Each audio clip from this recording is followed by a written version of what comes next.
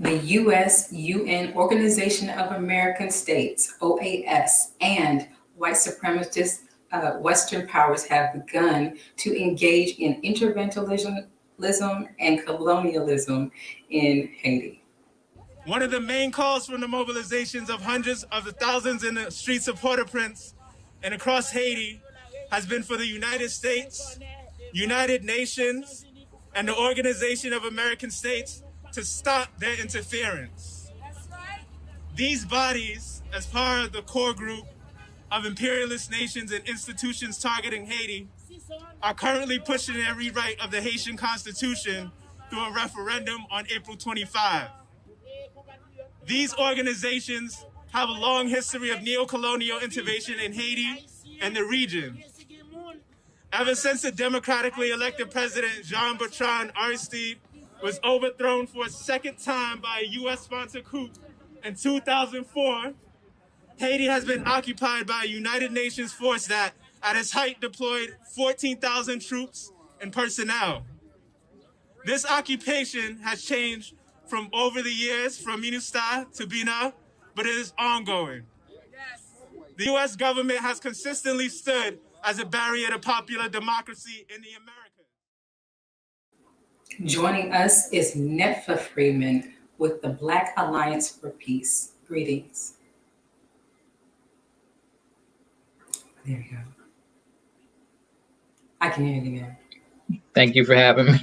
Thank you for joining us. The Black Alliance for Peace member, Dr. Jemima Pierre, who is Haitian-born and is an associate professor of Black Studies at the University of California, Los Angeles, has said the Haitian people's right to national sovereignty must be respected. Is the Haitian president, Jovenel Moise's refusal to step down disrespecting the Haitian people's right to sovereignty?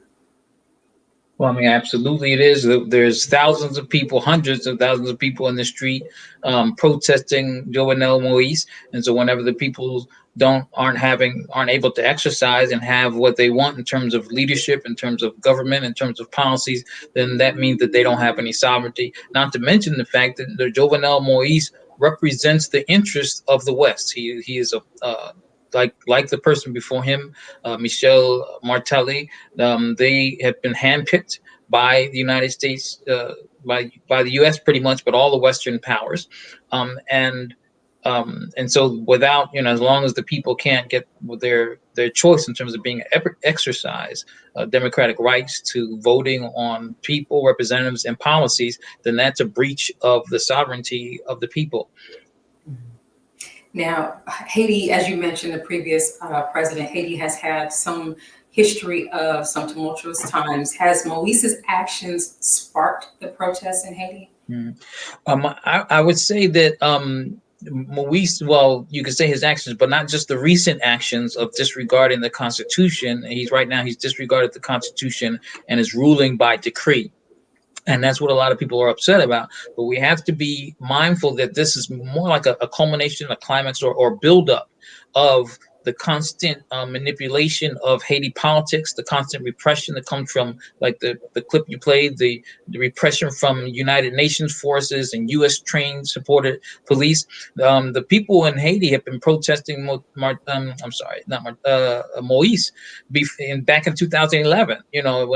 Before he even came to power, they were against him, and also even during the time of their ALBA countries, the Latin American Bolivarian, the Alternative for America, that was led by Venezuela, where they actually had a program called Petrocaribe, which was providing alternative, like low cost heating, oil, and everything to the different Caribbean countries. Haiti was one of the recipients of that, and they actually robbed the coffers. I keep saying Martelli, the previous president, but the Jovenel Moise and others robbed the coffers of the reserves for that, and also abandoned or jettisoned the Petrocaribe program from Haiti. And so people were protesting that. They were upset about that because it obviously affected mostly the poor people.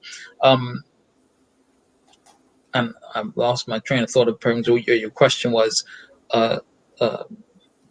And that's fine. It was just, whether or not Moise's Oh, specific actions really right. sparked. So this is a culmination of things, and right now people are also very much against the constant interference by the United States and other Western powers. So really, what's pulling the strings here? I mean, see, I don't want to go too long, but we have this. The media has this way of making us focus on the quote unquote black despot or the dictator and whatnot, and with to the neglect of looking at the white supremacy and European capitalist interests that are dominating these countries, that are pulling the strings and trying to ensure their interest in the country. And so people are aware of that right now in Haiti, in more of an acute way than they've ever been before. And so the United States is trying to navigate and manage this situation.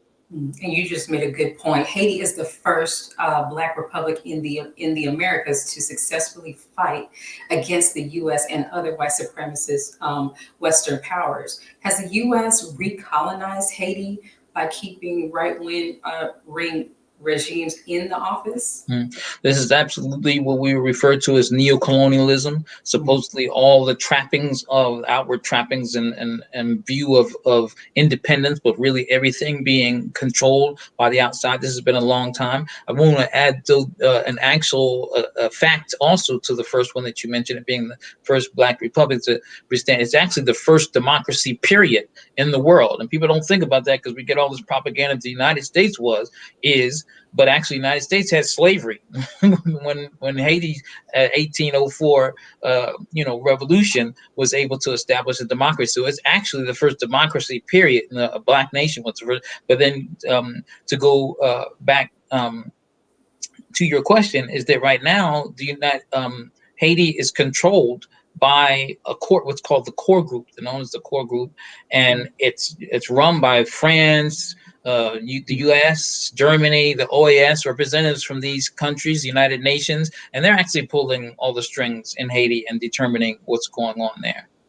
So are these protests just protesting President Moise alone, or are the protesters going against the U.S., the UN, and they're OAS? they're they're definitely going against this. This the signs in the street, the chants in the street are all talking about U.S. imperialism, get out, U.S. get out. All kind of, those are. It's definitely decidedly uh, against imperialism. Now, with U.S.'s interests over there, has the U.S. or other foreign entities been training the Haitian police and its security forces?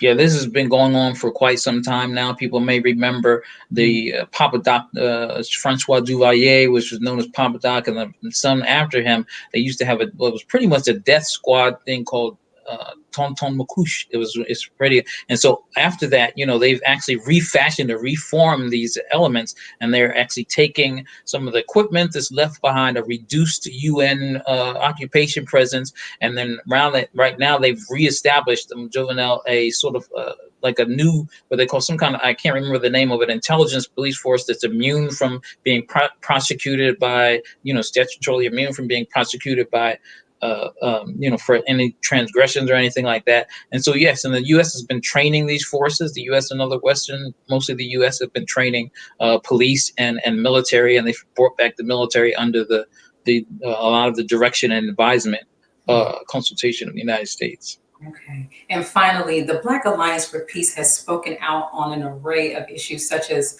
ending the brutal sanctions against nations that reject U.S. imperialism, the militarization of police, the prison industrial complex, and its torture and confinement of political prisoners. Can you tell us briefly about any initiates that you're involved in addressing these or other issues? Well, one that's right now is Black Alliance for Peace. We're launching a campaign because right now the United States deal with Afghanistan, the pull out of Afghanistan with the Taliban, they look like they're getting ready to renege on that and find a way to stay there. So we're actually wanting to raise attention to that. That's one. And the 1033 program, the militarization of the police force in the United States, we're calling for the abolishment of the 1033 program. Obviously, AFRICOM, where U.S. out of Africa shut down AFRICOM campaign is one where United States has proliferated, sprinkled militarization around the continent of Africa, our motherland. And so there's several things that we are we're trying to do. Perfect. I want to thank you, Brother Netfa Freeman, for joining us and giving us your thoughts on the current situation in Haiti. Thank you very much for having me. Thank you. Thank you all for joining us today and for tuning into NNV News. Please share your thoughts with us in the comment section below. Follow us on social media at NNV News, and please subscribe to our YouTube channel, National Network View. This is Rosalind Parks with National Network View News. Good night. Be a part of the force that powers truth in journalism. Go to nnvnews.com/donate.